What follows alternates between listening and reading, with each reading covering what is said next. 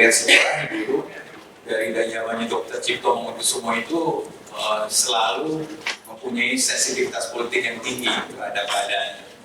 Karena itu kita mesti melihat masalah kesehatan sebagai bagian integral dari keseluruhan pembangunan sosiopolitik di Indonesia. Pada hari ini kita membicarakan dalam topik sangat singkat seperti apa, dan mulai dengan seperti apa keadaan kita di bidang kesehatan. Saya kira di samping beberapa capaian yang tentu cukup menggerakkan, masih banyak hal-hal yang sangat memerlukan perhatian kita semuanya.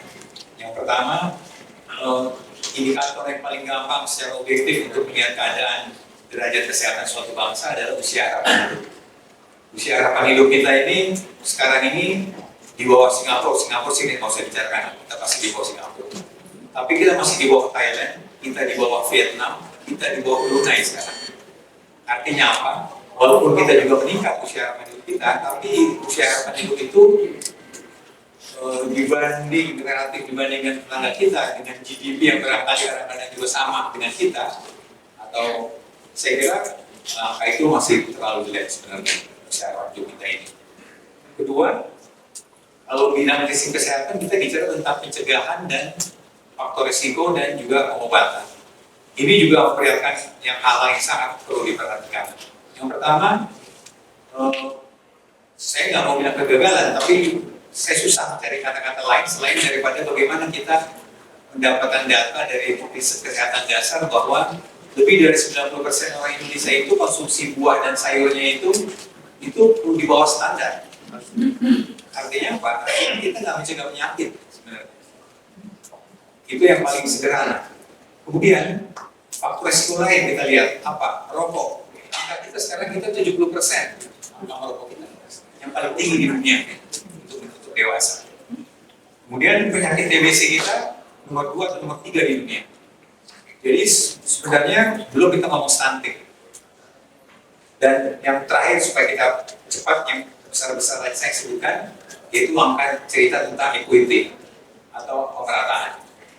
Jadi keadaan ini makin diperburuk dengan pemerataan di negara kita ini ya, antar kota maupun antar geografisnya.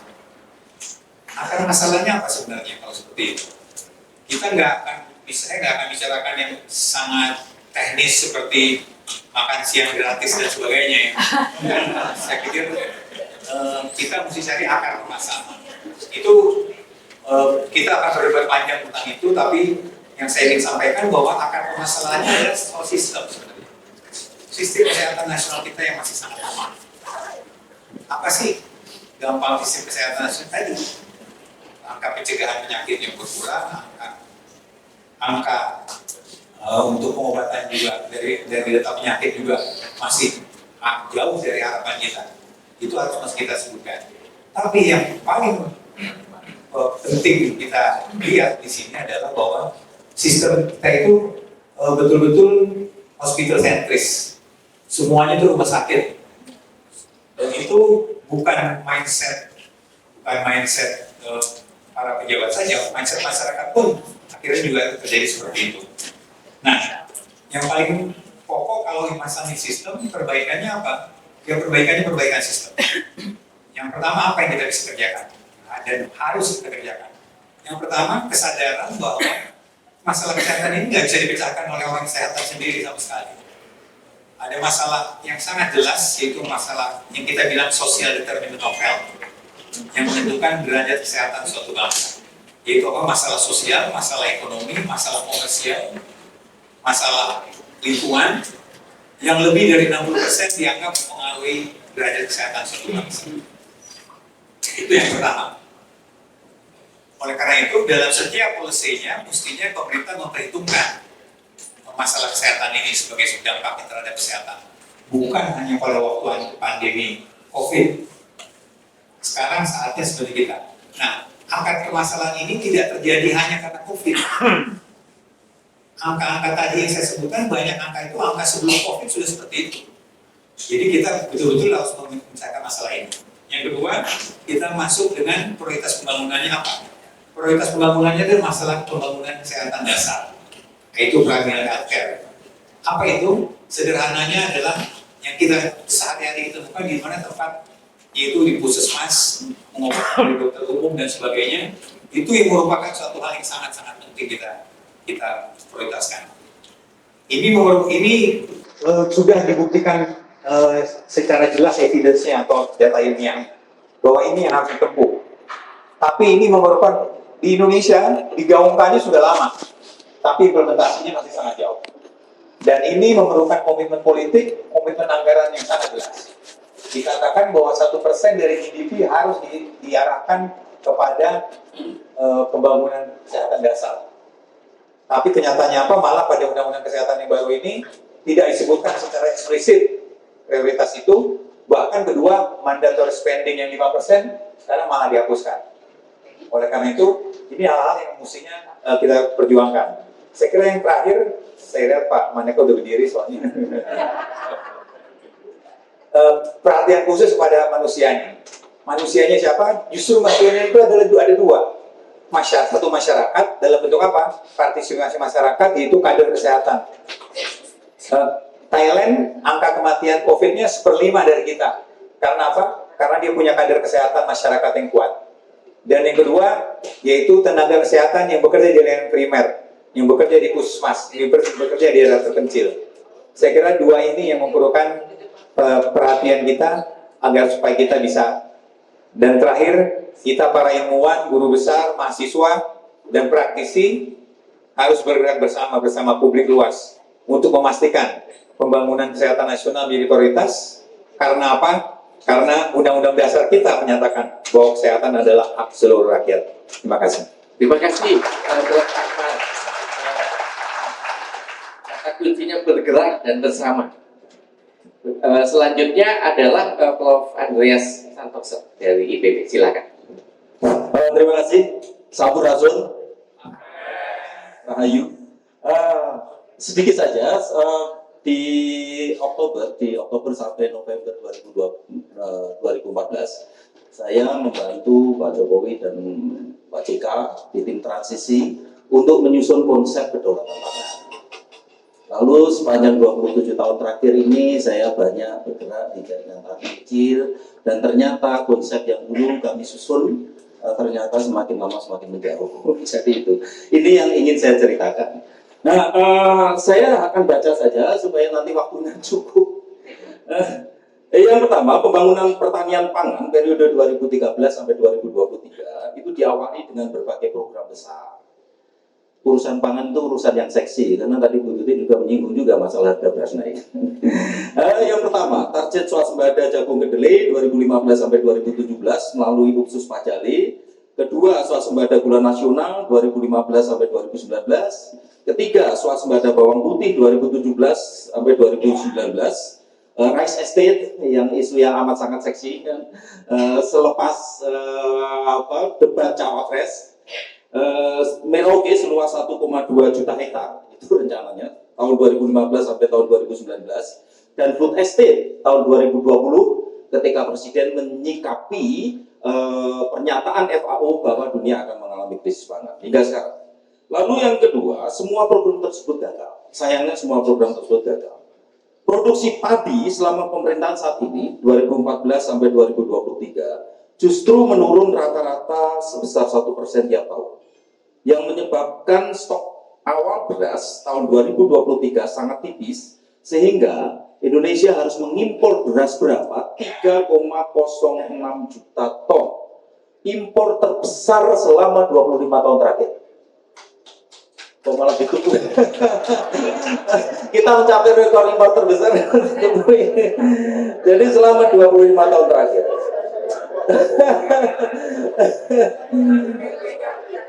Rekor impor beras akan terlampaui lagi di tahun 2024 melalui keputusan impor oleh pemerintah sebesar 3,6 juta ton. Jadi masih belum Pak yang 3,06 juta ton, masih ada di tahun ini rencananya. Neraca perdagangan pangan juga menjadi isu besar selama 10 tahun terakhir. Ekspor komoditas pertanian membaik dari 30,67 miliar US dollar tahun 2013 menjadi 44,27 miliar US dollar tahun 2022 dan kemudian turun ke 36,27 miliar US dollar di tahun 2023. Karena apa? Turunnya harga minyak sawit. Nah, surplus neraca perdagangan ini yang sangat disayangkan. Surplus neraca perdagangan pertanian menurun dari 17,94 miliar US dollar menjadi 10,91 miliar US dollar. Dan ekspor didominasi oleh subsektor perkebunan sebesar berapa? 94,56%, terutama kelapa sawit. Lalu, nah ini sebaliknya impor komoditas pangan melonjak. Impor komoditas pangan melonjak dari angka berapa? 10,07 miliar US dollar tahun 2013 menjadi 18,76 miliar US dollar tahun 2023. Yang menghasilkan defisit neraca perdagangan dari 8,9 miliar US dollar tahun 2013 menjadi 16,28 miliar US dollar atau hampir 2 kali lipat yang setara dengan 253 triliun yang kita buang percuma untuk siapa? Untuk petani-petani di luar negeri. Saat ini ketergantungan Indonesia terhadap impor pangan untuk gandum 100% yang disukai oleh Bapak Ibu dan hadirin di sini kan ya, itu 100% impor. Segala produk makanan yang berbasis gandum yang sekarang ini berapa persentasenya? 28%. 28% konsumsi Bapak Ibu semua yang ada di sini terdiri dari pangan berbasis gandum dan 100% kita impor. Kedelai 97% kita impor, gula 70% kita impor, daging sapi 50% kita impor, bawang putih yang disukai ibu-ibu itu semuanya produk Cina, 100% kita impor. Jadi, lalu usaha pertanian perorangan menurun dari 31,71 juta unit menjadi 29,34 juta unit atau turun sebesar 7,47%. Rumah tangga subsektor tanaman pangan menurun sebesar 12,28%, hortikultura 10 menurun 10,44%, dan perkebunan 14,82%. Jumlah rumah tangga petani pengguna lahan kurang dari 0,5 hektar, ini seringkali disebut burum. Saya sangat tidak suka dengan istilah burum karena itu menyakitkan sedulur tani kecil. Meningkat signifikan dari 14,12 juta rumah tangga menjadi 16,89 juta rumah tangga. Demikian juga persentasenya dari 55,3% menjadi 62,05%. Di Pulau Jawa, petani berlahan sempit berada di kisaran 81,36% di Jawa Barat dengan luas lahan yang dimiliki hanya 0,2 sampai 0,3 hektar, dan di DIY 89,64%. Petani berumur lebih dari 45 tahun meningkat 61,86% menjadi 66,4%. Tidak ada satupun proyek food estate yang berhasil selama 25 tahun terakhir. Termasuk rice estate di Merauke yang 1,2 juta hektar dan food estate tahun 2020. Semua program food estate salah di konsep dan dalam pelaksanaannya melanggar kaidah-kaidah akademik. Sebagai penutup, kita menghadapi persoalan besar terkait pangan kita. Persoalan tersebut diperburuk dengan jargon pangan murah. Untuk itu saya ingatkan, kalau harga beras naik, itu bersyukurlah kita. Karena itu saya pastikan harga beras yang naik tertransmisi dengan sangat baik ke sedulur tani kami. Dan didengung, dan persoalan tersebut diperburuk dengan jargon pangan murah yang didengungkan oleh sebagian besar partai dan birokrat saat petani bertatih-tatih berupaya mengatasi kesengsaraan mereka akibat harga produk pertanian di bawah biaya produksi. Kebijakan pangan terlalu berat sebelah ke konsumen dan melupakan petani. Perencanaan dan pelaksanaan pembangunan pertanian dan pangan harus betul-betul dilakukan secara profesional oleh orang-orang yang benar-benar paham terhadap isu tersebut, tidak hanya sekedar kontrak politik bagi-bagi kekuasaan dan proyek saja. Sebagai penutup, pangan adalah soal hidup atau matinya bangsa kita. Demikian proklamator kita. Terima kasih. Terima kasih, Prof. Andreas. Saya ikut merasa berdosa karena saya doyan makan Indomie. Baik, kita sudah mendengarkan tentang kesehatan, krisis, pangan krisis. Sekarang kita akan lebih stres lagi. Karena setelah ini topiknya ekonomi dan Bang Faisal Basri yang akan menyampaikan. Silakan. Bang, 5 menit ya Bang ya. Assalamualaikum warahmatullahi wabarakatuh. Saya coba ngepek satu aja ini. Demokrasi indeks kita terjun bebas VDEM Demokrasi Index 2024 ya melaporkan bahwa ranking Indonesia terjun bebas dari 79 ke 87. Skornya turun dari 0,43 menjadi 0,36, mendekati 0. Lebih rendah dari Papua Nugini dan Timor Leste. Terbaru. Kita terbaik di urutan ke-63. Sekarang 87. Skornya terbaik 053. Dibikin sama Jokowi jadi 0,36. Jokowi jadi presiden, demokrasi sedang marak-maraknya. Mencapai level tertinggi, kita menjadi negara demokrasi yang disegani. Sekarang kita mingkan, malu membicarakan demokrasi karena sudah dirampok oleh Jokowi. Karena dia tahu demokrasi yang genuine tidak memungkinkan dinasti politik hadir. Dia harus rusak dulu demokrasi, baru Gibran bisa jadi wakil presiden. Apa yang dia lakukan? Dia perlemah institusi-institusi demokrasi, tapi dia nggak punya modal.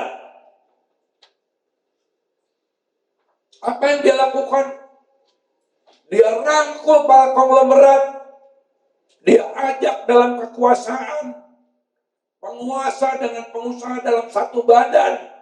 Satu badan, Pak Harto enggak. Penguasa dan pengusaha dalam satu badan menjelma menjadi raksasa yang lalim. Sehingga kekuatan mereka luar biasa, mereka keruk batu bara kita. Dapat pendapatan dari ekspor saja 2022 1.000 triliun. Itulah yang membuat Boy Thohir bilang, saya dan rekan-rekan perampok kekayaan alam di Indonesia akan memastikan Prabowo menang 1 putaran. Diam kita. Tidak boleh. Demokrasi mendekati 0. Kekayaan alam dirampok, timah kita habis, batu bara, nikel dijual ke Cina, luar biasa dahsyatnya. Pelanggaran terhadap Undang-Undang Dasar 45, bumi, air, dan kekayaan alam dikuasai oleh negara bagi sebesar-besar kemakmuran rakyat. Bukan kemakmuran Boy Thohir, bukan kemakmuran Luhut Panjaitan, bukan kemakmuran Erlangga Hartarto, bukan para elit-elit itu yang menjelma menjadi despotik Leviathan. Kalau kita biarkan anak generasi muda kita tidak akan diberikan sisa, semua digaruk dan dibawa keluar. Oleh karena itu sudah warning ini, ya kita harus betul-betul melumatkan kekuatan-kekuatan jahat di negeri ini. Semoga kita beroleh kekuatan sebagaimana Rasulullah dan para sahabatnya bisa memenangkan perang Badar tatkala bulan Ramadan. Berjuang sampai mati. Assalamualaikum warahmatullahi wabarakatuh. Waalaikumsalam. Terima kasih Bang Faisal. Sangat keras tapi pas 5 menit. Untuk selanjutnya, Prof. Haryadi akan berbicara tentang masalah lingkungan dari IPB. Silakan. Baik, terima kasih. Selamat pagi, Assalamualaikum warahmatullahi wabarakatuh. Saya akan menyampaikan perihal lingkungan hidup, Bapak Ibu sekalian. Jadi ini adalah resultante dari segala macam pemanfaatan sumber daya alam maupun kebijakan-kebijakan yang terkait dengan itu. Nah, untuk itu saya akan mengatakan data yang berasal dari Badan Nasional Penanggulangan Bencana dari pemerintah sendiri, dan kita bisa melihat yang terakhir itu sungguh mencemaskan bahwa kita 1 tahun sudah terjadi 3.489 banjir. Kalau kita lihat dari tahun 2009 itu hanya 1.249, kemudian 2018 itu 2.575, meningkat 1.000 kali banjir pada akhir data ini dibuat. Ini adalah satu performan yang tidak bisa dimanipulasi. Ini adalah produk alam di mana di atasnya itu dirusak oleh manusia. Persoalannya adalah kenapa demikian dan bagaimana sebetulnya pemerintahan berikutnya memperhatikan hal ini.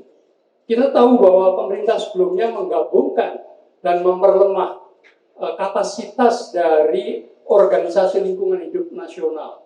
Digabungkan dengan kehutanan, kemudian kita semua tahu bahwa kalau pertahanan keamanan itu sampai 140 triliun anggarannya, KLHK itu hanya 9 triliun, 8 triliun, jadi tidak ada apa-apanya untuk melihat ini. Nah, dalam situasi seperti itu, persoalannya adalah persoalan struktural, dalam artian ini adalah kemauan politik yang memungkinkan itu bisa diperbaiki. Nah, itu inti dari yang saya sampaikan. Namun demikian, saya juga memberikan beberapa informasi yang saya sebut sebagai dunia pertama dan dunia kedua. Bapak-Ibu sekalian, kalau kita melihat apa yang tertera di dalam data-data formal, itu adalah dunia pertama. Dunia pertama itu kelihatannya tidak cukup mengagetkan, baik-baik saja begitu. Secara administratif kita juga apa istilahnya itu, serapan anggaran oke, gitu, tidak ada sesuatu yang aneh. Tetapi kita lihat bahwa di luar atau dunia keduanya, setelah kita melihat semua itu terjadi, itu sebenarnya tidak baik-baik saja itu. Tadi seperti tadi Bu Tuti sampaikan. Nah, dari situlah sebenarnya ada problematika antara apa yang kita himpun, apalagi di dunia akademik, data dan seterusnya, yang landasannya adalah administrasi, itu sama sekali tidak mencerminkan apa yang sesungguhnya terjadi. Nah, oleh karena itu saya juga menyampaikan di sini bahwa kenapa demikian seperti itu. Soal lingkungan hidup tidak bisa dipisahkan dengan persoalan tata kelola. Oleh karena itu saya sitir juga data terakhir dari Transparansi Internasional Indonesia, misalnya bahwa indeks korupsi kita itu hanya 34 dari 100. Jadi kalau mahasiswa gitu kayaknya dia aja enggak deh. Lebih baik ngulang saja tahun depan gitu. Enggak nyampe itu, 34 dari 100. Nah, kondisi seperti itu tidak bisa mencuat ke permukaan ketika birokrasi ini lebih konsen pada sistem administrasinya daripada dunia nyata yang kemudian menimbulkan dampak bencana dan seterusnya itu tadi. Nah, inti dari apa yang terjadi itu Bapak sekalian adalah seperti tadi, dan saya tambahkan informasi pada kesempatan ini. Untuk sumber daya alam yang tadi itu, kita juga tahu bahwa konflik lahan itu tidak menjadi perhatian. Yang terakhir saya kira secara populer kita tahu ada Rempang di bagian-bagian seperti itu. Saya catat datanya di sini, dalam 8 tahun terakhir terdapat 2.939 konflik lahan. Siapa yang menderita di sini? Rakyat miskin. Jadi kalau kita bicara soal keadilan, jauh dari keadilan. Kenapa mesti pertumbuhan yang kita bicarakan ketika situasinya seperti ini? Nah, dari itu semua, saya akan menyampaikan 2 hal saja. Pertama, ke depan tentunya persoalan utama sebenarnya adalah persoalan keadilan sosial, terutama yang berkaitan dengan pemanfaatan sumber daya alam dan apa yang diperoleh dari lingkungan hidup seperti topik saya. Tanpa keadilan, sebetulnya pembangunan tidak ada artinya. Dan yang kedua adalah tidak cukup dengan itu. Persoalannya adalah bagaimana kerusakan sumber daya alam dan lingkungan hidup dari waktu ke waktu tidak bisa ditangani oleh lembaga negara yang sangat lemah di Indonesia. Dan itu harus menjadi perhatian kita sekarang dan di masa depan. Saya kira demikian dari saya. Terima kasih. Wassalamualaikum warahmatullahi wabarakatuh. Terima kasih banyak Prof. Haryadi. Kita nanti akan mendengar lagi urusan lahan dan pangan pada waktu Mbak Suraya. Tapi sekarang kita mau sejenak pindah ke ranah yang lebih reflektif. Kita mau mendengarkan persoalan nilai etika dan budaya yang akan disampaikan oleh Dr. Dwi Kristanto, STF Riyadkan. Terima kasih. Di sini orangnya. Selamat pagi, assalamualaikum, Bapak Ibu dan saudara-saudara sekalian. Di sini hadir Profesor Magnis, guru etika. Tapi sengaja saya yang disuruh maju supaya menjadi nyata bahwa yang concern terhadap persoalan-persoalan bangsa akhir-akhir ini bukan hanya para seniores, tetapi juga yang muda-muda itu juga concern. Saya kira para mahasiswa di belakang sana setuju ya. Nah, karena waktunya cuma 5 menit, saya bacakan saja apa yang sudah saya siapkan supaya tidak kemana-mana. Konon Mahatma Gandhi menyebut adanya 7 dosa sosial: kekayaan tanpa usaha, kesenangan tanpa nurani, pengetahuan tanpa karakter, sains tanpa kemanusiaan, bisnis tanpa moralitas, agama tanpa pengorbanan, dan yang relevan untuk kita di sini adalah politik tanpa prinsip. Politics without principle. Dan karena kita sedang bulan Ramadan berbicara soal dosa, saya kira cukup pas ya. Ketika politik dijalankan tanpa prinsip, itu berarti politik dijalankan tanpa mengacu pada nilai-nilai moral dan kemanusiaan, melainkan berdasarkan pragmatisme saja. Politik tanpa prinsip hanya dinilai dari efektivitasnya dalam memperoleh atau mempertahankan kekuasaan sebagai hasil akhir. Padahal politik sebagai res publica, sebagai urusan kita bersama, idealnya didasarkan pada sikap moral melayani kesejahteraan umum dan bukan melayani kepentingan pribadi. Nilai budaya dan peradaban semuanya saling terkait. Nilai adalah apa yang kita junjung tinggi karena membuat hidup manusia bermartabat. Ketika nilai-nilai dasar diabaikan, maka budaya akan mengalami erosi. Dan ketika budaya merosot, pada akhirnya peradaban sendiri yang jatuh ke dalam dekadensi. Sejarah dunia telah menunjukkan bahwa suatu peradaban mengalami kejayaan atau kejatuhan bersamaan dengan penghormatan atau pengabaian akan nilai-nilai. Dalam spirit Machiavellian, ada yang berpendapat bahwa politik dan moral harus dipisahkan. Politik berurusan dengan realisme, dengan apa yang senyatanya ada di lapangan. Sedangkan moral berurusan dengan idealisme, yaitu apa yang seharusnya. Political rules harus dipisahkan dari moral rules. Sebab apa yang seharusnya tidak punya tempat dalam real politik. Tapi ini adalah pandangan yang menyesatkan. Politik yang menolak adanya batasan-batasan moral ialah politik yang menolak nilai dalam upayanya mendapatkan kekuasaan. Politik tanpa nilai hanya akan membawa orang pada ironisme. Oh, memang betul. Politics is the art of sincere lies. Politik memang adalah dunia pencitraan kosong, alias munafikan, manipulasi, dan nepotisme tanpa rasa malu. Demokrasi adalah jalan yang telah kita sepakati bersama untuk mewujudkan nilai keadilan sosial tadi sudah disebut. Sebab dalam demokrasi, semua yang kompeten memiliki kesempatan yang sama dan kekuasaan dibagi serta dibatasi. Dalam demokrasi, prinsip yang dipegang ialah kekuasaan sebagai sarana mewujudkan keadilan harus dibatasi dan dikontrol. Dengan kata lain, harus akuntabel. Upaya-upaya memperlemah pembagian kekuasaan dan kontrol atasnya lewat manipulasi atau nepotisme akan membuat kekuasaan itu tidak terkontrol. Inilah yang membahayakan prinsip kesejahteraan umum. Sebab ketika kekuasaan terkonsentrasi di tangan beberapa orang saja, maka keadilan sosial tidak terwujud dan kesejahteraan umum makin jauh dari kenyataan. Dalam demokrasi, supremasi hukum harus ditegakkan. Hukum adalah ekspresi eksternal dari kesadaran moral suatu masyarakat. Itulah mengapa adanya supremasi hukum adalah tanda peradaban. Akan tetapi, kualitas aturan dan hukum serta efektivitas pelaksanaannya akan sangat tergantung pada integritas dan kualitas moral para aktor dan pelakunya. Para aktor politik yang tak punya integritas, yaitu yang tidak berprinsip, akan memanfaatkan celah-celah hukum untuk kepentingan pribadi dengan dalih bahwa apa yang dilakukannya itu legal, tidak melanggar norma hukum manapun. Yang dilupakan ialah bahwa di atas legalitas ada moralitas. Norma-norma hukum tidak boleh bertentangan dengan norma-norma moral.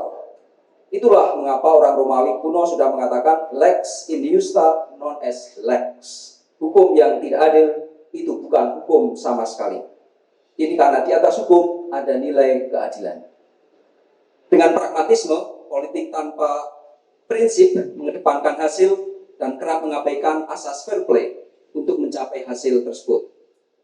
Dugaan manipulasi elektoral dalam berbagai bentuknya dan praktik otak-atik hukum demi meloloskan kepentingan pribadi yang kita saksikan belakangan ini mencederai rasa keadilan publik. Ini akan menurunkan kepercayaan publik pada institusi demokrasi itu sendiri. Bila praktik-praktik berpolitik tanpa prinsip ini dipertontonkan pada politik level tertinggi di negara ini, tentu ini akan menjadi contoh tidak baik pada level yang lebih rendah, pilkada dan seterusnya. Bila di negeri ini semakin banyak aktor berpolitik tanpa prinsip, yang dipertaruhkan ialah demokrasi dan peradaban kita sendiri. Dominasi uang dan kekuasaan belaka dalam politik tanpa nilai akan membuat demokrasi merosot menjadi dinastakrasi yang manipulatif. Dan bila ini dibiarkan terus, ini akan meruntuhkan kepercayaan publik pada sistem demokrasi itu sendiri. Populisme dan sebagainya adalah defisit trust pada sistem demokrasi. Itulah mengapa politics without principle merupakan suatu dosa sosial, sebab merusak kehidupan society, kehidupan kita bersama. Terima kasih. Terima kasih Dr. Dwi Irtanto. Berikutnya kita akan mendengarkan dari Profesor Hafid Abbas, Universitas Negeri Jakarta, tentang SDM. Bismillahirrahmanirrahim. Assalamualaikum warahmatullahi wabarakatuh. Selamat pagi dan salam sejahtera bagi kita sekalian. Ini sungguh satu kebahagiaan dan kehormatan saya hadir di kampus yang bersejarah ini dan ikut melahirkan reformasi 98. Mudah-mudahan pertemuan kali ini akan melahirkan lagi reformasi jilid kedua lagi, insyaallah. Dalam beberapa tahun terakhir ini, Prof. Tuti, seringkali saya dihantui oleh bayang-bayang gelap dari matinya api demokrasi itu tadi. Ada 4 yang menjadi penyebab dari kerisauan itu.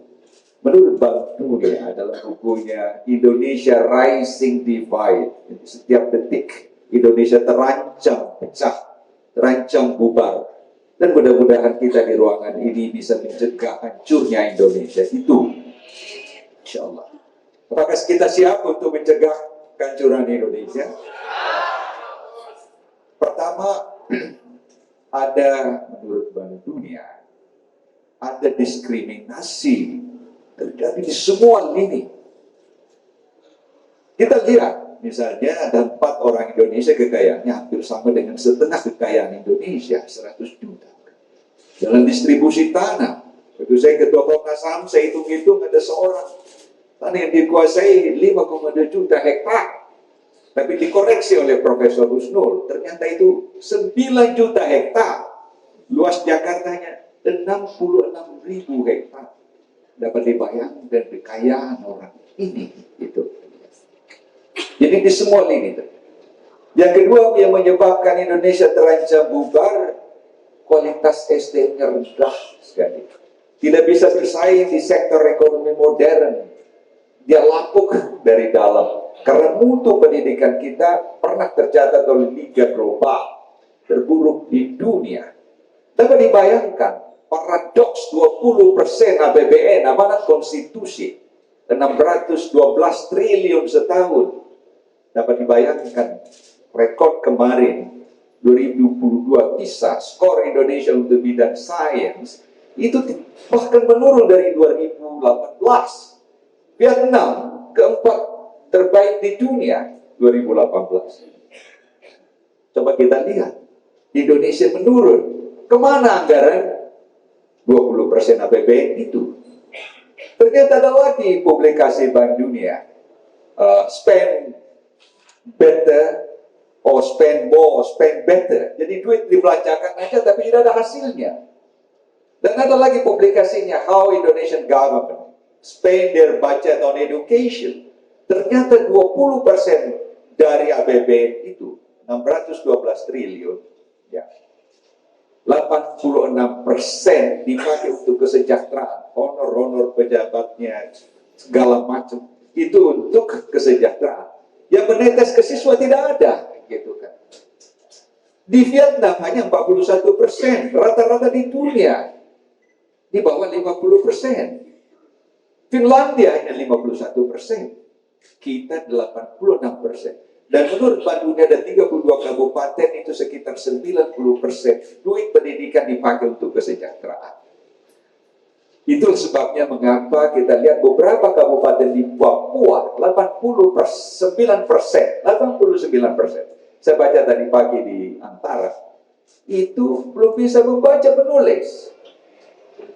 Anak SMP 50% belum bisa membaca menulis. Di SMA 40%. Itu di beberapa kabupaten bisa dilihat itu.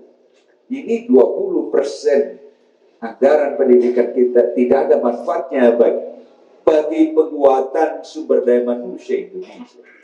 Yang ketiga ini juga bencana yang ada di depan kita. Duit yang beredar di Indonesia ini ternyata tidak menyentuh seluruh lapisan masyarakat. UMKM, itu kita lihat data dari Sri Mulyani sendiri, 46,6 juta. Itu not bankable, tidak tersentuh dengan bank. Yang nikmati bank itu hanya perusahaan-perusahaan besar karena ada agunannya. Jadi penjual bakso gorengan tidak tersentuh, gitu kan. Dan yang terakhir gitu, mayoritas Indonesia tidak punya tabungan. Saya lihat ada sekitar 400-500 juta jumlah rekening. Tetapi 98%, 98,7% itu di bawah $1.000.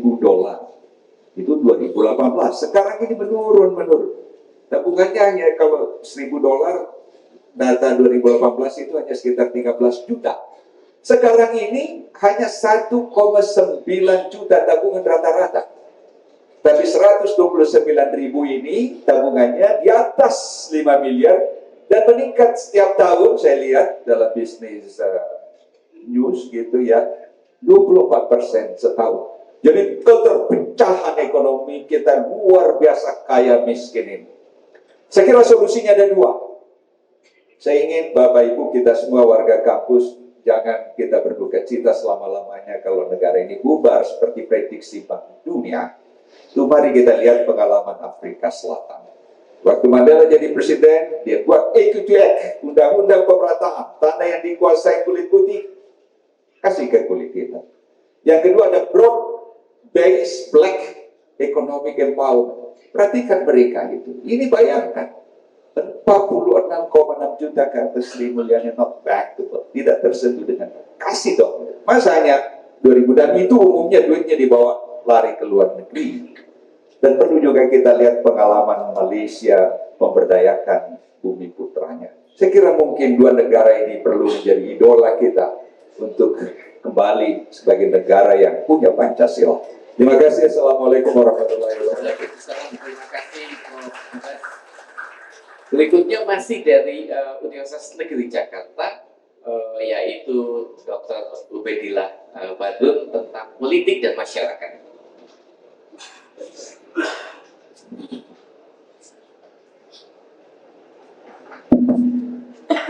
Assalamualaikum warahmatullahi wabarakatuh. Selamat pagi semuanya, para guru besar yang saya hormati.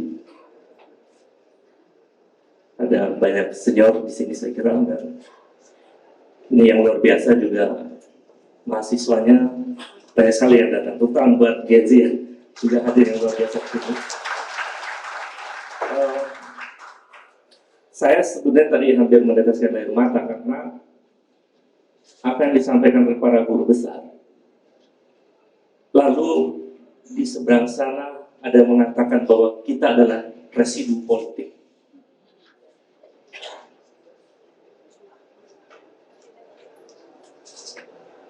Setega itu.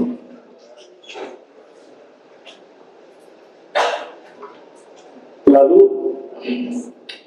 secara politik saya mengambil kesimpulan bahwa dari pertanyaan mengapa problem kita sedemikian parah, dari beberapa perspektif yang tadi disampaikan oleh para senior saya, kesimpulan yang saya tarik adalah ada secara terang benderang sebuah pengabaian terhadap kaum intelektual. Lalu saya turunkan kesimpulan itu. Dari mana kita bisa mengambil kesimpulan itu? Pertama, 2019, ratusan ribu mahasiswa turun ke jalan dengan tagar reformasi di korupsi. Ratusan kaum intelektual, bahkan guru besar, mendatangi istana untuk mengingatkan agar tidak dilakukan revisi undang-undang KPK. Tetapi tidak didengar. Tidak didengar. Bayangkan, kaum intelektual menyampaikan kebenaran, tidak didengar. Dan faktanya hari ini, indeks korupsi kita memang skor yang terendah dalam sejarah Republik ini. Hanya 34. Di tengah korupsi yang merajalela, KPK dilemahkan secara sistemik. Yang kedua, pengabaian terhadap kaum intelektual, kaum cendekiawan, kaum cendik pandai, termasuk terhadap teman-teman civil society. Itu juga terjadi, termasuk pengabaian terhadap aspirasi buruh. Itu terjadi ketika rezim ini memproduksi undang-undang tenaga kerja atau undang-undang cipta kerja atau yang disebut dengan Omnibus Law. Ratusan ribu buruh bersama mahasiswa mengingatkan kalau undang-undang ini secara sistemik sebetulnya akan semacam menciptakan pemiskinan sistemik terhadap generasi dan korbannya adalah Gen Z.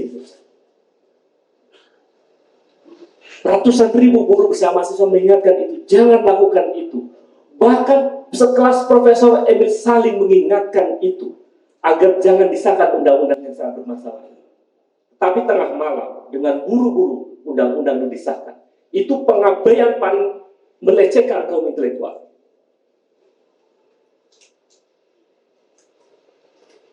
Yang terakhir, teman-teman saya di hukum tata negara, yang ahli hukum tata negara, termasuk Mbak Bibit, ada Ferry Amsari, ada Bicara Abdul Muhtar. Saya pemikiran secara pribadi, teman-teman ahli hukum tata negara juga meneteskan air mata. Karena bayangkan, hampir seluruh teori tidak bisa meruntuhkan ambisi pribadi kekuasaan sehingga kemudian keluarlah putusan Mahkamah Konstitusi nomor 90 tahun 2003 yang kemudian menjadi karpet merah bagi putra mahkota, dan itu kemudian menegakkan, menyempurnakan dinasti politik Joko Widodo. Ini luar biasa. Karena itu,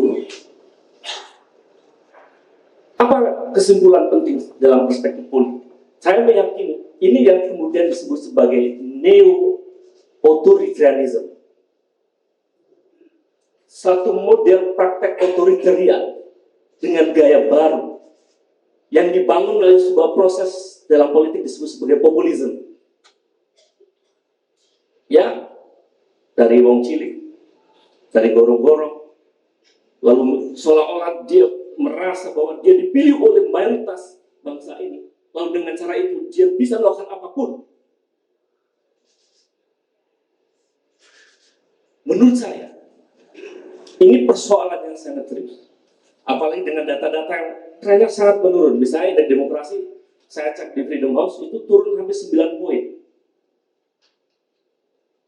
Ngeri. Bahkan indeks hak asasi manusia juga turun, skornya sekarang cuma 3,2. Ini ada kawan saya, Usman Hamid. Bayangkan, kita mau melihat dari sisi apa? Nah, faktor penyebabnya karena elit kekuasaan mengabaikan kaum cendekiawan, mengabaikan civil society, mengabaikan rakyat banyak, mengabaikan buruh, dan mengabaikan mahasiswa yang berhak mewarisi masa depan Republik ini. Saya kira pertemuan hari adalah pertemuan bersejarah di gedung IMERI Fakultas Kedokteran UI, dan kami semua percaya bahwa universitas adalah magisterium scholarium, tempat di mana kaum cendekiawan yang berpikir dengan pengetahuan dan memandu pikirannya dengan moral dan etik. Karena itu, saya meyakini ini adalah forum bersejarah dan akan menentukan masa depan Republik. Dan tidak cukup sampai di sini, saya meyakini juga di hari-hari ke depan adalah hari-hari perjuangan yang dahsyat. Terima kasih. Assalamualaikum warahmatullahi wabarakatuh.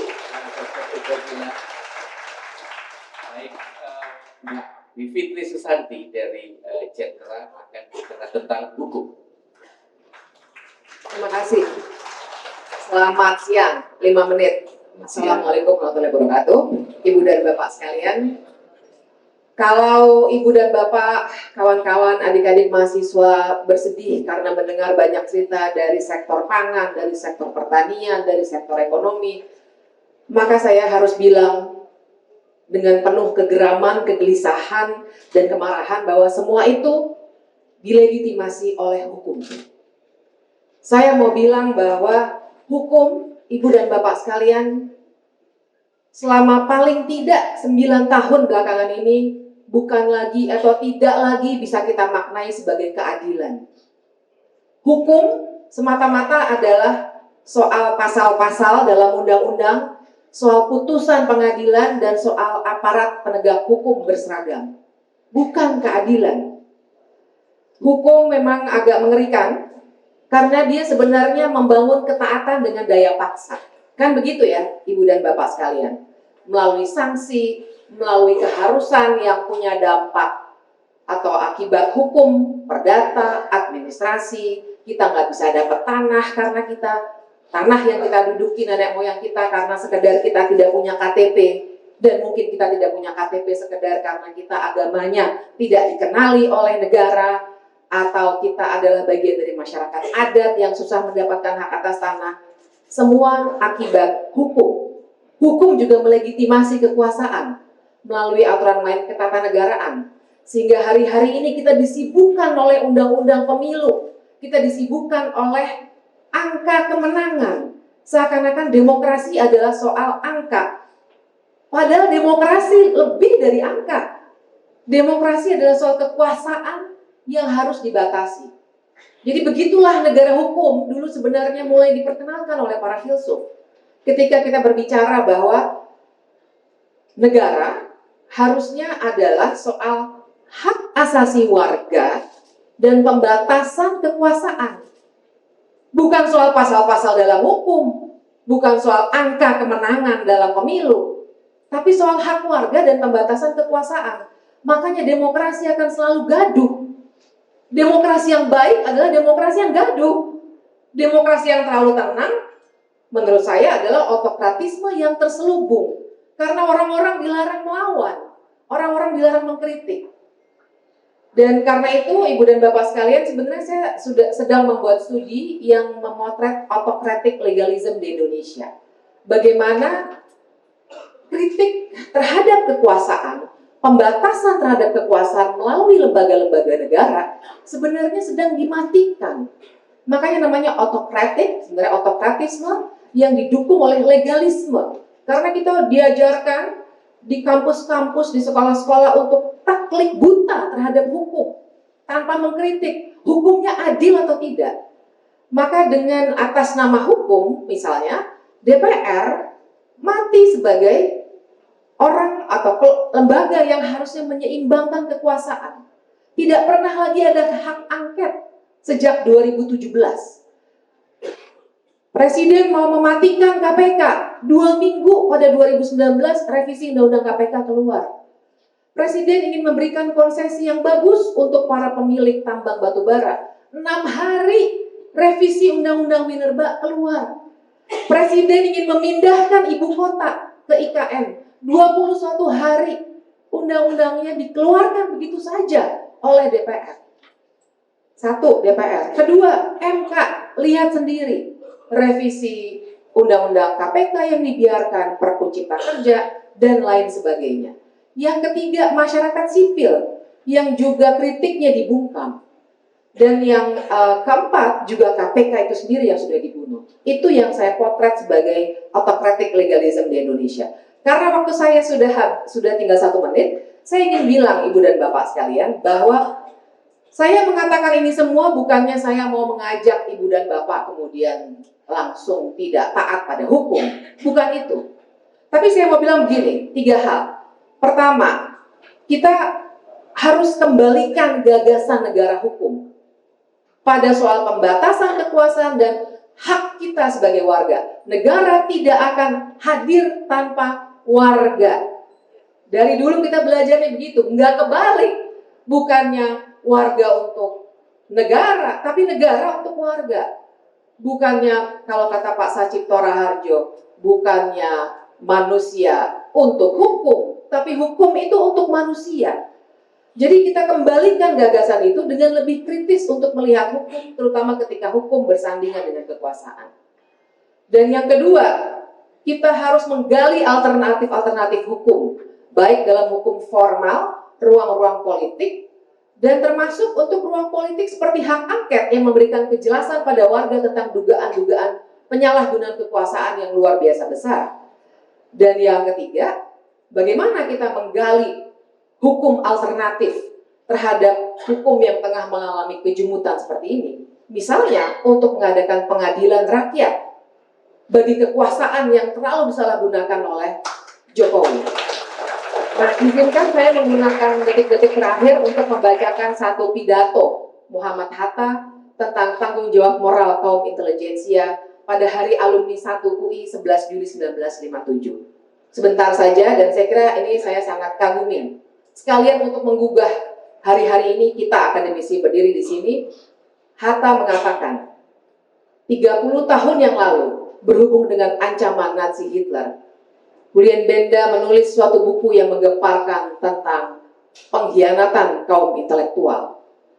Aturan memegang tinggi kemanusiaan yang menjadi dasar segala ilmu pengetahuan, katanya, ini kata Hatta, kaum terpelajar di segala negeri telah menyesuaikan diri pada berbagai macam aliran egois dan kepentingan sebelah di dalam masyarakat. Orang terpelajar tidak saja dikalahkan, tetapi juga dipungut terdahulu, dan itu telah diucapkan dalam bahasa Prancis, yang intinya adalah orang terpelajar yang disewa oleh yang berkuasa di dunia adalah pengkhianat kepada fungsinya. Lihatlah, katanya, kata Julian Benda, betapa bersemangatnya kaum intelektual modern menyerahkan dirinya sepenuh-penuhnya kepada perjuangan politik yang meluap-luap. Itu tuduhan Julian Benda kepada kaum terpelajar, ialah bahwa mereka tidak memberi petunjuk dan memberi pimpinan kepada perkembangan hidup kemasyarakatan.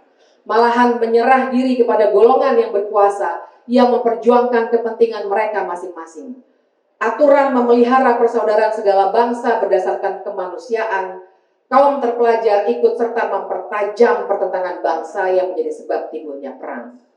Tapi, kata Hatta, saya tidak ingin mengikuti begitu jauh tuduhan Julian Benda kepada kaum intelijensia, tetapi saya ingin melihat kaum intelijensia Indonesia menunjukkan tanggung jawab moralnya terhadap usaha-usaha pembangunan negara dan masyarakat kita dengan berpedoman kepada cinta akan kebenaran yang menjadi sifat bagi orang berilmu. Terima kasih. Assalamualaikum. Mbak Suraya, akhir harianya pembangunan.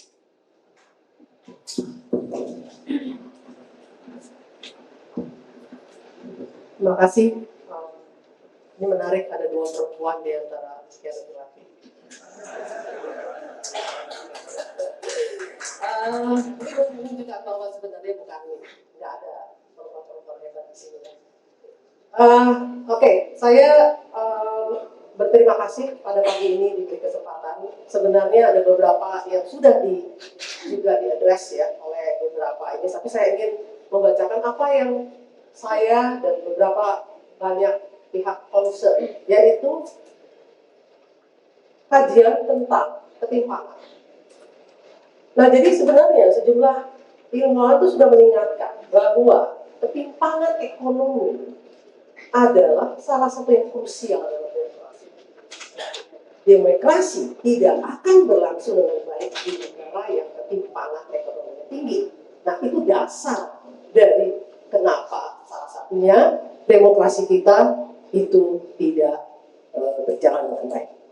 Jadi menurut data terakhir tadi sudah disampaikan bahwa Indonesia itu menduduki peringkat ke-6 dari negara yang paling timpang di dunia, luar biasa ya.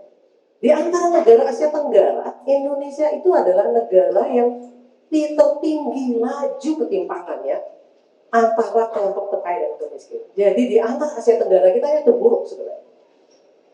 Nah, angka ketimpangan ini terus meningkat.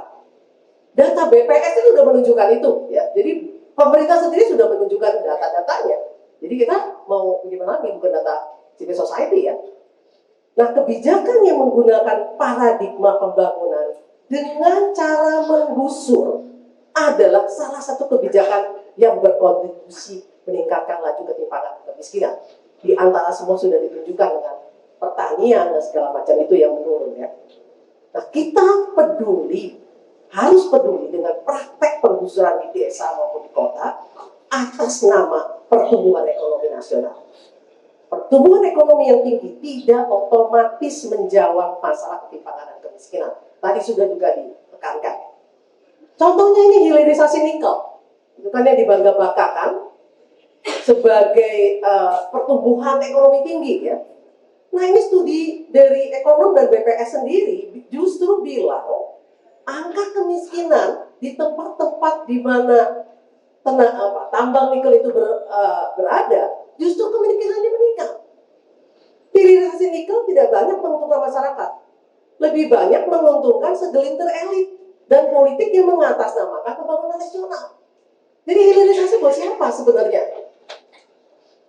Kita saksikan masyarakat Rempang yang digusur atas nama ekonomi hijau. Kita patut bertanya, siapa yang untung dan siapa yang secara sengaja by design kehidupannya dikorbankan.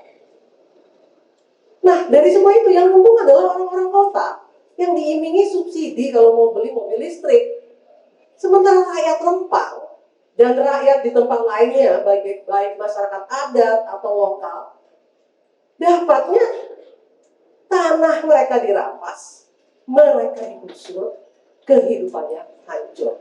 Jadi kita bertanggung jawab pada kehancuran mereka. Nah, kenapa kita masih tetap menutup mata dan tidak berubah? Kita harus menggugat pemerintah yang didukung sebagian akademisi.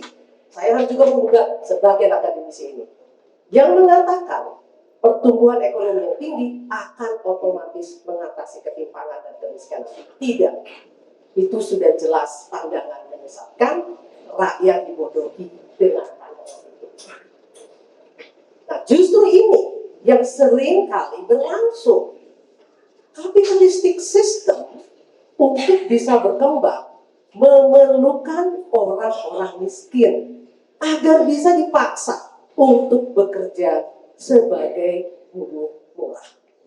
Termasuk nih anak-anak muda juga. Yang benefit dari sistem ini hanyalah segelintir elit dan sekelompok orang saja. Di negara kita, mereka adalah 10% dari orang terkaya di Indonesia yang mengontrol lebih dari 70% aset kekayaan negara. Ini data, bergamblang. Jadi ketimpangan kemiskinan itu harus kita duga sebagai sesuatu kebijakan yang disengaja. Semakin banyak orang miskin, semakin mudah untuk disetir oleh sekelompok pihak yang ingin berkuasa dan ingin kekuasaannya langgeng, oleh pihak-pihak yang ingin bisa terus mengeruk kekayaan Indonesia untuk kepentingan pribadi dan kelompoknya. Kalau ketimpangan ekonomi itu tidak besar, orang sulit untuk dibujuk oleh penguasa untuk memilihnya dengan iming-iming bansos dan iming-iming janji akan dikasih kerjaan yang sebenarnya semuanya palsu. Pembangunan yang menggusur adalah kebijakan yang memiskinkan rakyat. Tanah yang menjadi sumber kehidupan mereka dirampas, lingkungan mereka tercemar, penghidupan mereka terancam, kebudayaan mereka hancur, keterterapan hidup hilang. Ini jelas-jelas melanggar konstitusi. Hancurnya sumber kehidupan rakyat yang digusur atas nama pembangunan ini praktek yang sudah berjalan sejak masa Orde Baru dan merupakan warisan kolonial. Sekarang dengan proyek strategis nasional bahkan terjadinya jauh lebih masif lagi. Penggusuran membuat banyak masyarakat jatuh ke jurang kemiskinan. Semakin sulit bagi mereka yang tergusur ini untuk menyekolahkan anak-anaknya sampai ke jenjang perguruan tinggi. Saya menyaksikan orang-orang yang jatuh ke jurang kemiskinan gara-gara proyek strategi nasional ini. Pembangunan yang menggusur jelas-jelas melanggar konstitusi kita yang didasarkan pada hak asasi manusia. Kita harus menggugat presiden dan jajaran kabinetnya, para birokrat, para politisi, para konsultan pembangunan, dan para akademisi yang menyebabkan kebijakan pembangunan lewat menggusur yang jelas-jelas melanggar konstitusi ini diteruskan prakteknya hingga hari ini. Saya kira itu yang harus kita lakukan. Terima kasih, Mbak Suraya. Ibu-ibu, bapak-bapak, teman-teman, sebelum kita masuk ke teman-teman muda, 9 intelektual di hadapan kita sudah menyampaikan pesan-pesan dan desakan serta dorongan yang sangat kuat. Ada 3 hal yang kita perlu lakukan sebagai intelektual. Yang pertama, memulihkan marwah kita sebagai intelektual yang punya amanat untuk turut mencerdaskan kehidupan bangsa. Yang kedua, bagaimana cara kita membebaskan dari perasaan ketidakberdayaan diri kita sendiri supaya bisa menjadi kekuatan baru bagi perubahan. Dan kemudian juga yang tidak kalah penting itu adalah bagaimana momentum ini akan bisa menjadi suatu gerakan intelektual, moral, etika yang memang berdampak membumi dan bisa dirasakan betul oleh banyak orang. Kita mencari cara berbicara yang baru yang mungkin belum pernah kita pikirkan supaya kita bisa membangun jembatan dengan 270 juta orang di negeri ini. Maka sekarang kita akan mendapat suntikan energi dari teman-teman muda dari IPB, UI, dan UNJ. Masing-masing 5 menit karena UI berdua share 2,5 menit, 2,5 menit. Terima kasih. Ya, silakan dari IPB dulu boleh. UI terakhir ya. Assalamualaikum warahmatullahi wabarakatuh. Terima kasih yang kami hormati para guru besar dan seluruh hadirin yang hadir di sini. Pertama, izinkan saya Bapak Ibu untuk menggelorakan salam kami. Salam yang selalu kami gelorakan di jalanan, salam yang kami gelorakan bersama-sama dengan buruh, bersama petani, bersama rakyat. Sambut salam hangat saya, salam cinta atas nama perjuangan, karena cinta kita berjuang. Hidup mahasiswa! Hidup rakyat Indonesia! Hidup pertanian Indonesia! Hidup perempuan Indonesia!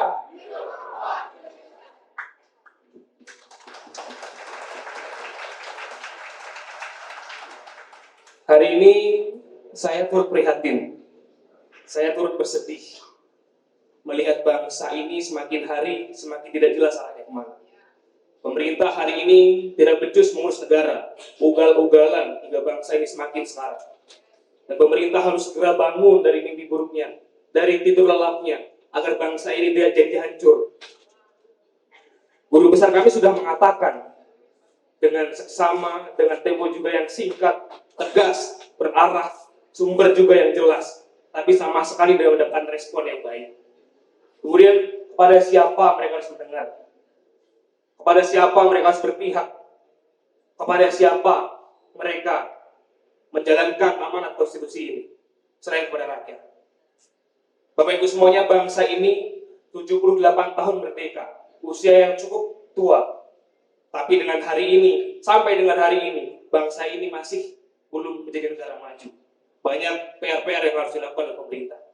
Hari ini saya mendapat topik mengenai beberapa hal tentang agraria. Bicara mengenai konflik agraria, Bapak Ibu semuanya. Menurut data KPA, 8 tahun terakhir tercatat sejumlah 2.939 kasus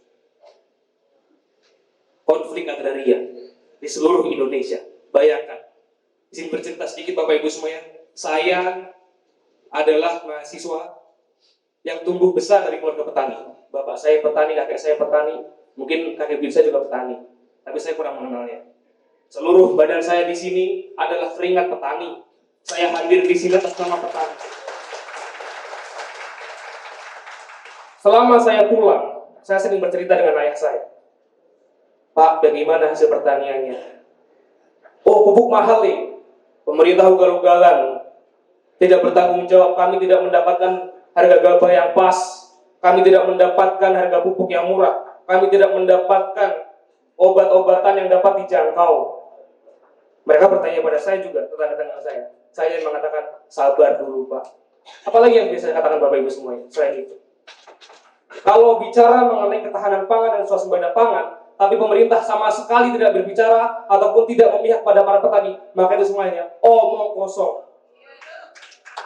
Omong kosong belaka ketika pemerintah menginginkan swasembada pangan nasional. Omong kosong belaka ketika pemerintah ingin mengatasi krisis pangan nasional. Sekarang kita melihat harga beras naik, rakyat kebingungan, bertanya kepada siapa yang bisa mereka tanyakan, bertanya kepada saya, bertanya kepada buruh kami.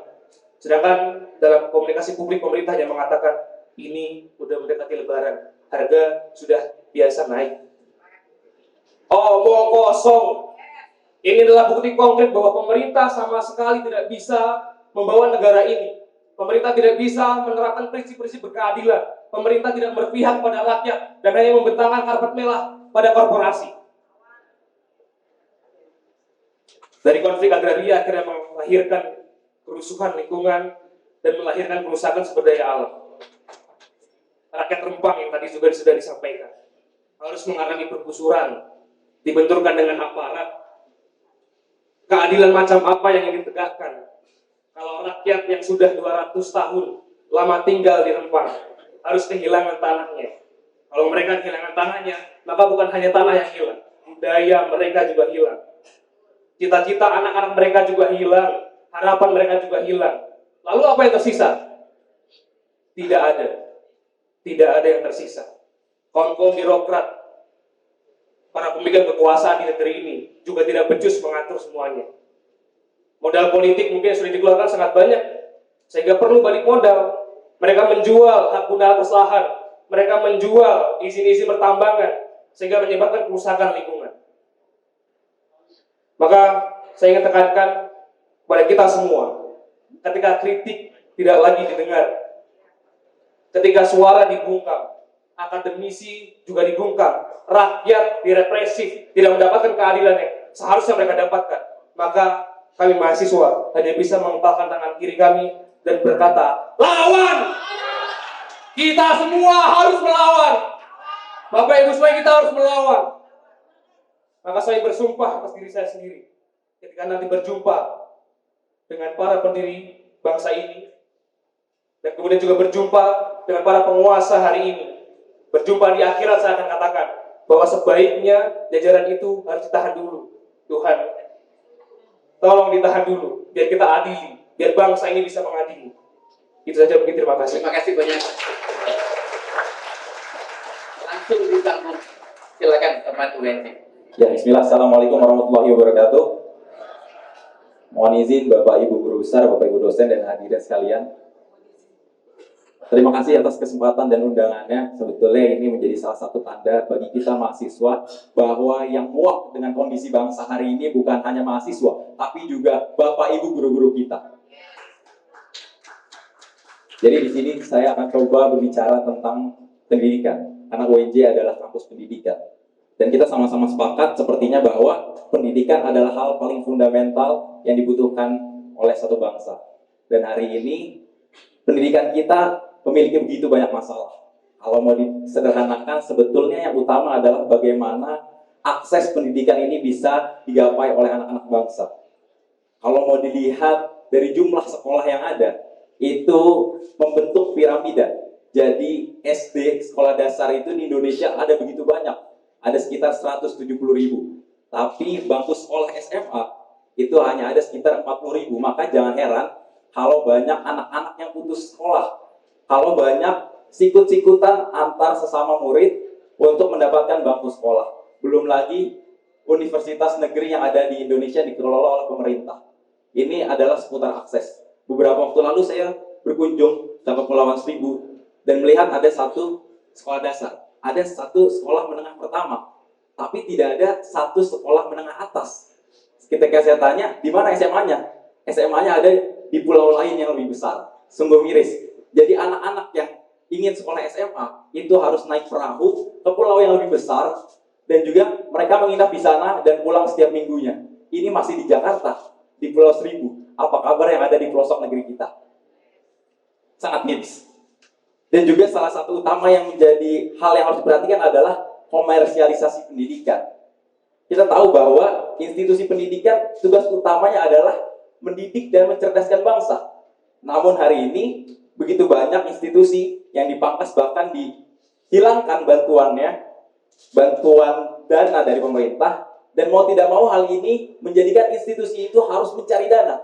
Jadi fokusan utama mereka bukan lagi untuk mencerdaskan anak bangsa, tapi adalah mencari dana, ya, dan biasanya yang menjadi korban adalah mahasiswa ataupun orang-orang yang ingin mengenyam pendidikan itu sendiri. Dan kita sama-sama lihat hari ini bahwa rendahnya pendidikan Indonesia, masyarakat Indonesia sedang dieksploitasi. Kalau misalkan pendidikan masyarakat Indonesia ini memang betul-betul bagus, seharusnya yang mereka minta kepada pemerintah adalah pendidikan yang layak, hukum yang berkuasa di atas kekuasaan. Namun nyatanya hari ini yang diminta oleh masyarakat adalah makan siang gratis. Sungguh miris. Dan yang jadi hal yang harus diperhatikan adalah suara akademisi, orang-orang intelektual hari ini nampaknya sudah sama sekali tidak dihargai. Guru besar yang dengan gelombang pernyataan sikapnya dari berbagai universitas dianggap partisan. Sakit hati betul kami sebagai mahasiswa yang kenal betul dengan guru-guru kami. Muak, kami sudah marah. Dan juga kami kira pemerintah itu ugal-ugalan dalam kebijakan adalah puncaknya ketika meloloskan Gibran di Mahkamah Konstitusi. Namun ternyata faktanya itu baru permulaan. Ada ugal-ugalan yang lainnya, yang dimana banyak menteri berkampanye dengan aktif tanpa mencopot statusnya sebagai menteri. Fasilitas-fasilitas negara yang digunakan untuk berkampanye. Bahkan presiden kita sendiri, Bapak Joko Widodo, menggunakan bansos untuk kepentingan elektoral. Sangat miris.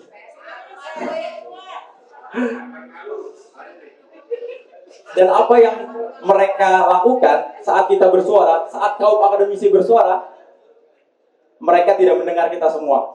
Dan dengan ini saya rasa sudah betul keputusan mahasiswa pada aksi tahun 2022 di gedung DPR, kita secara simbolis menyerahkan pembersih telinga kepada anggota DPR kita, karena memang mereka sudah tidak bisa mendengar suara-suara kita.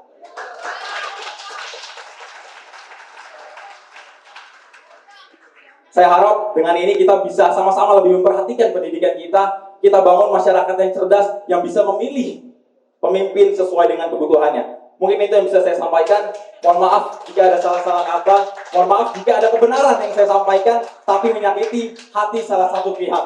Karena sejatinya panggung kita mahasiswa bukan di sini. Panggung kita mahasiswa adalah di jalanan bersama dengan teriakan aspirasi rakyat. Hidup mahasiswa! Hidup rakyat Indonesia! Hidup perempuan Indonesia! Terima kasih. Assalamualaikum warahmatullahi wabarakatuh. Waalaikumsalam. Terima kasih. Boleh saya minta teman UI berdua bersama-sama. Masing-masing boleh memegang mic. Masing-masing boleh memegang mic. Dan berdampingan saja berdiri.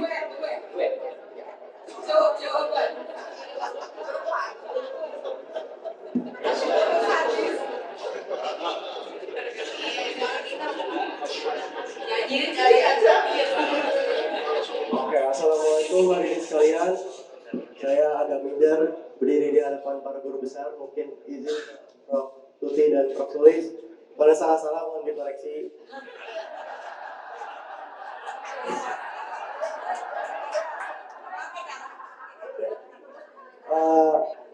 Mungkin karena ini hari Kamis, saya memakai baju serba hitam untuk mengenang para korban pelanggaran HAM berat di masa lalu yang tak pernah usai.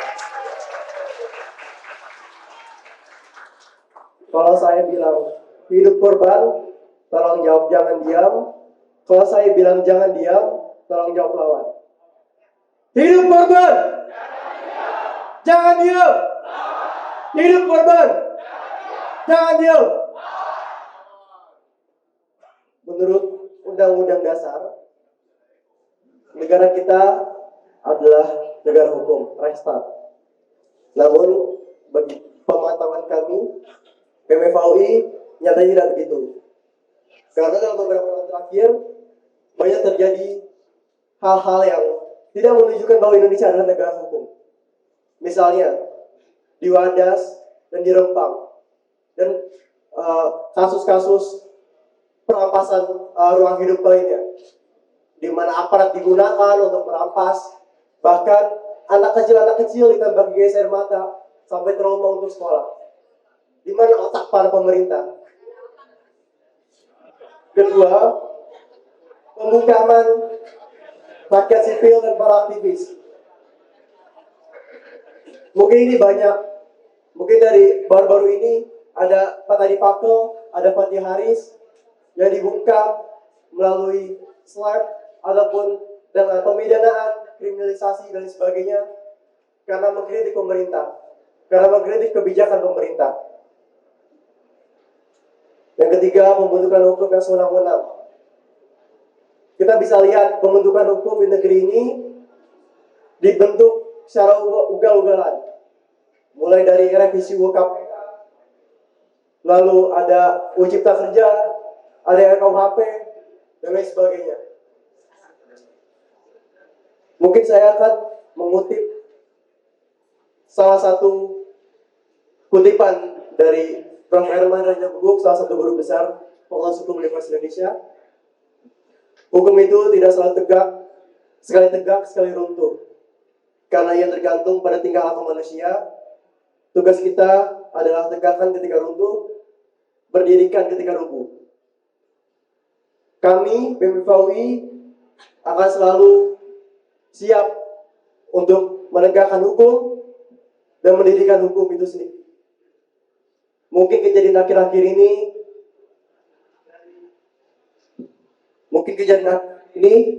kita bisa melihat terutama terduga penjahat HAM yang menjadi Presiden Republik Indonesia, calon Presiden Republik Indonesia.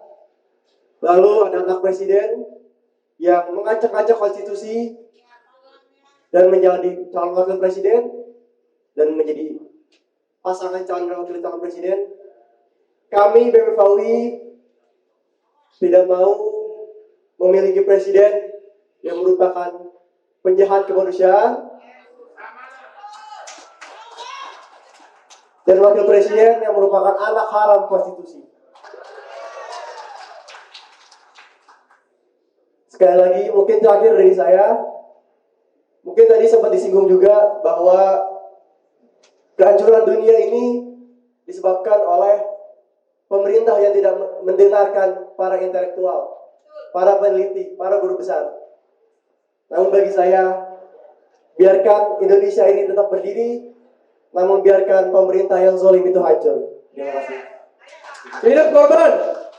Jangan diam. Jangan diam. Baik, mari Mas kasih gongnya. Selamat siang, para pejuang keadilan yang terus menuntut kebebasan demokrasi di Indonesia hari ini. Selamat siang, orang-orang yang resah dan turut benci dan jijik dengan demokrasi yang dipertontonkan di hari ini. Indonesia adalah negara hukum,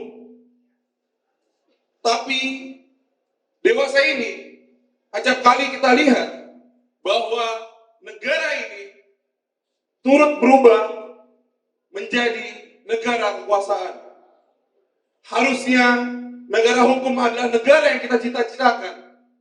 Tapi ternyata seringkali diabaikan dan kekuasaan terus dilanggengkan dengan segala cara.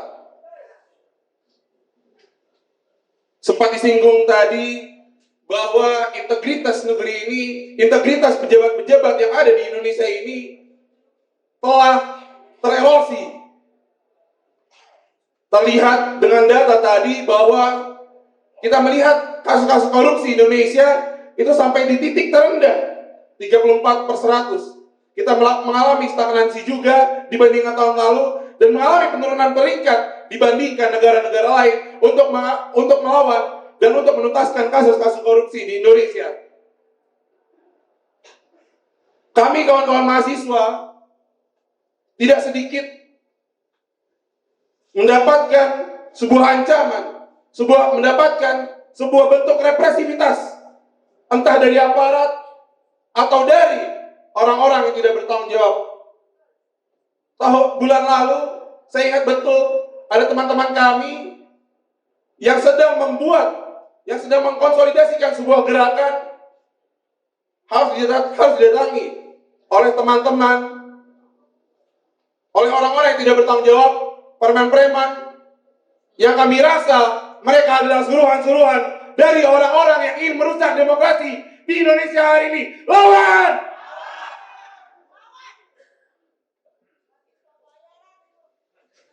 Kami mahasiswa tentu pasti akan terus melawan demokrasi yang sudah hancur di hari ini.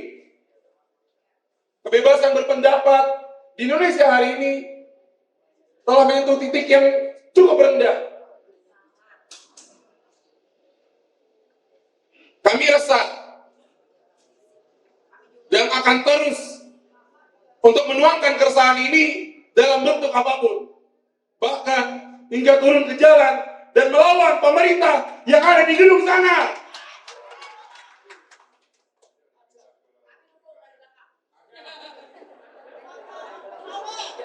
Terima kasih semuanya. Mari kita jalankan. Mari kita gaungkan semangat untuk melawan sebuah hal-hal yang tidak lagi baik di Indonesia, dan mari kita gaungkan kembali semangat demokrasi di Indonesia hari ini. Terima kasih. Terima kasih. Silakan duduk. Kami sangat berterima kasih kepada 13 intelektual yang duduk hari ini meluangkan waktu dan pikiran untuk membangkitkan semangat kita kembali supaya kita mulai merintis jalan baru memperjuangkan bangsa ini. Mohon tetap berada di tempat. Saya akan kembalikan acara ke MC yang kemudian nanti diikuti dengan puncak yaitu seruan saleh. Terima kasih Prof. Maneka sebagai moderator. Terima kasih pada hadirin sekalian atas semangatnya pada hari ini. Namun sebentar dulu karena kita akan ada sesi press conference dan juga tanya jawab. Terima kasih juga kepada para guru besar, para ilmuwan, para aktivis hari ini yang sudah hadir, mahasiswa, para masyarakat. Semoga semangat ini tidak hanya berkobar pada hari ini. Namun, selanjutnya mari kita sambut Seruan Salemba 2024 yang akan diwakili oleh Universitas Indonesia dan Jabodetabek, akan dibacakan oleh Profesor Sulistiyowati Irianto dari Universitas Indonesia, Profesor Validka Singkasubekti MSI, dan Dr. Ubedillah Badun perwakilan dari UNJ. Kepada para pembicara dipersilakan untuk kembali ke tempatnya masing-masing. Kemudian kepada para pembaca seruan Salemba, mohon maaf kepada pembicara bisa ikut untuk seruan Salemba ini. Kemudian setelah seruan Salemba kita akan bersama-sama menyanyikan lagu Maju Tak Gentar.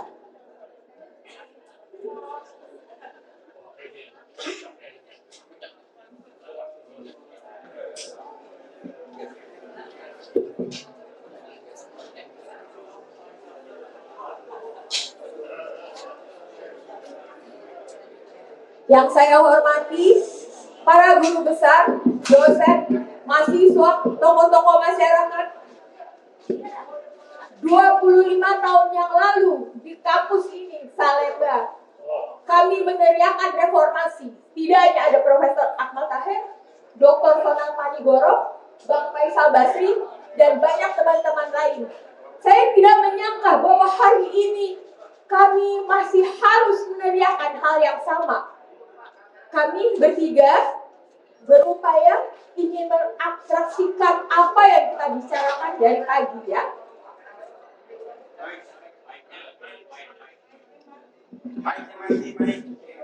Ini lebih bagus.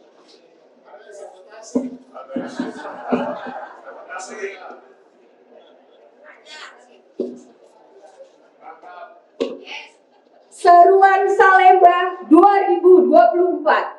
Tegakkan konstitusi, pulihkan hak kewargaan dan peradaban berbangsa. Kami, para ilmuwan, merupakan warga negara yang memikul beban kepemimpinan moral dan intelektual. Kami memiliki sikap politik yang dilandasi oleh kebenaran ilmiah dan kepekaan sosial akan kebutuhan segenap warga, serta melakukan penilaian kritis atas kebijakan publik agar tetap mengacu pada nilai-nilai dan spirit pendiri bangsa, yaitu Pancasila dan konstitusi. Kami memegang teguh kebebasan akademik dan otonomi keilmuan saat menjalankan fungsi utama ilmu pengetahuan, serta tidak berbicara atau berjuang di atas kepentingan kekuasaan dan uang. Kami bersuara sebagai gerakan moral dan intelektual.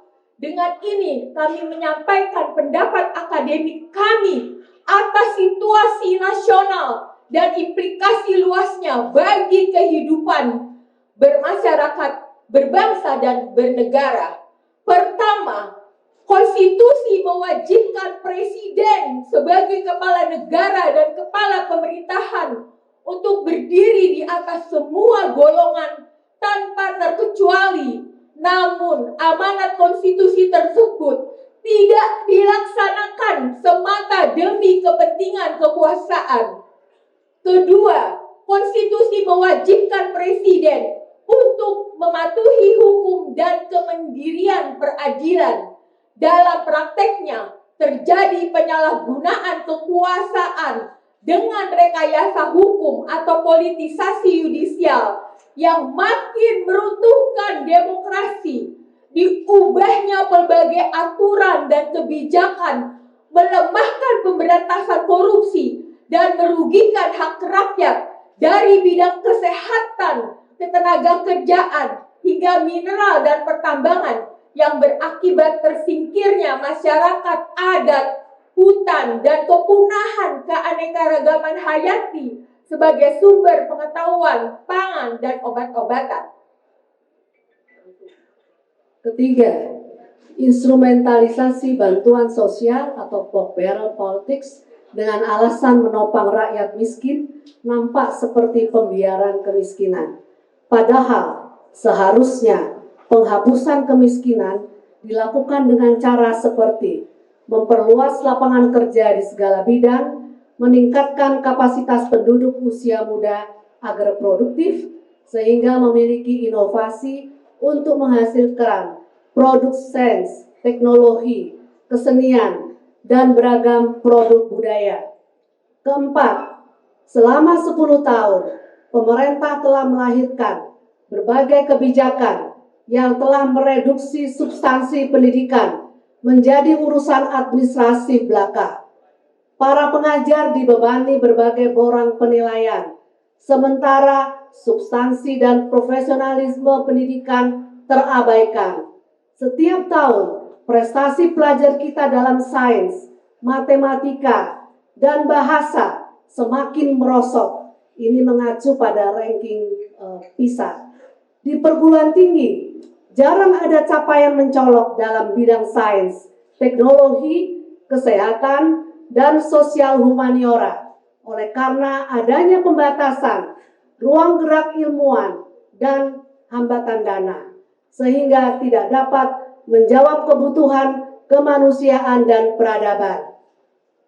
Kelima, telah terjadi kekerasan simbolik atau budaya melalui bahasa, simbol, representasi kekuasaan, penyalahgunaan ilmu dengan tujuan menyerang kesadaran, nilai, dan norma terkait kebaikan, kejujuran, kebenaran, dan keadilan demi membenarkan tindakan untuk mempertahankan kekuasaan. Kekerasan simbolik adalah awal bagi pembenaran kekerasan psikologis, termasuk intimidasi yang telah seperti menimpa para guru besar di berbagai universitas, khususnya di Jawa Tengah, usai menyatakan sikapnya. Kekerasan budaya akan menjadi pembenaran terhadap kekerasan fisik.